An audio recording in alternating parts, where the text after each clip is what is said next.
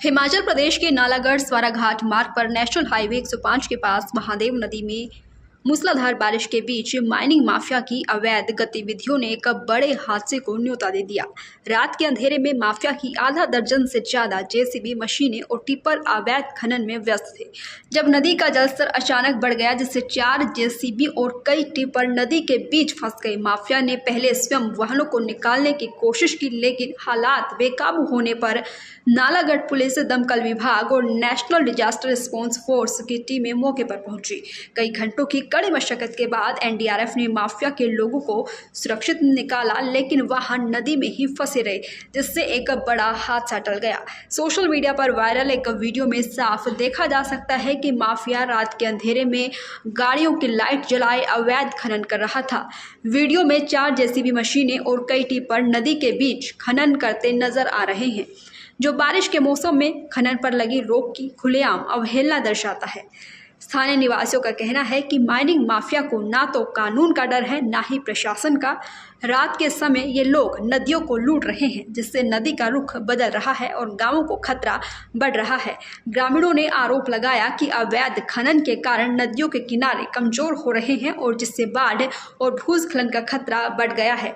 ग्रामीणों का कहना है कि बारिश के मौसम में खनन पर प्रतिबंध के बावजूद माफिया रोक टोक काम कर रहा है, जो प्रशासन की निगरानी में कमी को दर्शाता है। ये घटना हिमाचल प्रदेश में अवैध खनन की गंभीर समस्या को उजागर करती है, जहां माफिया नदियों और प्राकृतिक संसाधनों को लूटने में जुटा है। ग्रामीणों ने मांग की है कि सरकार अवैध खनन पर सख्ती से रोक लगाए, नदियों के किनारों को मजबूत करने के लिए चैनलाइजेशन करे और माफिया के खिलाफ कठोर कानूनी कार्रवाई करे। दैनिक सवेरा के लिए नालागढ़ से अजय रतन की रिपोर्ट। हिमाचल प्रदेश के नालागढ़ स्वाराघाट मार्ग पर नेशनल हाईवे 105 के पास महादेव नदी में मूसलाधार बारिश के बीच माइनिंग माफिया की अवैध गतिविधियों ने एक बड़े हादसे को न्योता दे दिया। रात के अंधेरे में माफिया की आधा दर्जन से ज्यादा जेसीबी मशीनें और टिप्पर अवैध खनन में व्यस्त थे। जब नदी का जलस्तर अचानक बढ़ गया जिससे 4 जेसीबी और कई टिप्पर नदी के बीच फंस गए। माफिया ने पहले स्वयं वाहनों को निकालने की कोशिश की, लेकिन हालात बेकाबू होने पर नालागढ़ पुलिस, दमकल विभाग और नेशनल डिजास्टर रिस्पांस फोर्स की टीमें मौके पर पहुंची। कई घंटों की कड़ी मशक्कत के बाद एनडीआरएफ ने माफिया के लोगों को सुरक्षित निकाला, लेकिन वाहन नदी में ही फंसे रहे, जिससे एक बड़ा हादसा टल गया। सोशल मीडिया पर वायरल एक वीडियो में साफ देखा जा सकता है कि माफिया रात के अंधेरे में गाड़ियों की लाइट जलाए अवैध खनन कर रहा था। वीडियो में 4 जेसीबी मशीनें और कई टिप्पर नदी के बीच खनन करते नजर आ रहे हैं, जो बारिश के मौसम में खनन पर लगी रोक की खुलेआम अवहेलना दर्शाता है। स्थानीय निवासियों का कहना है कि माइनिंग माफिया को ना तो कानून का डर है, ना ही प्रशासन का।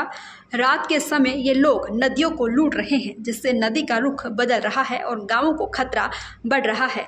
ग्रामीणों ने आरोप लगाया कि अवैध खनन के कारण नदियों के किनारे कमजोर हो रहे हैं और जिससे बाढ़ और भूस्खलन का खतरा बढ़ गया है।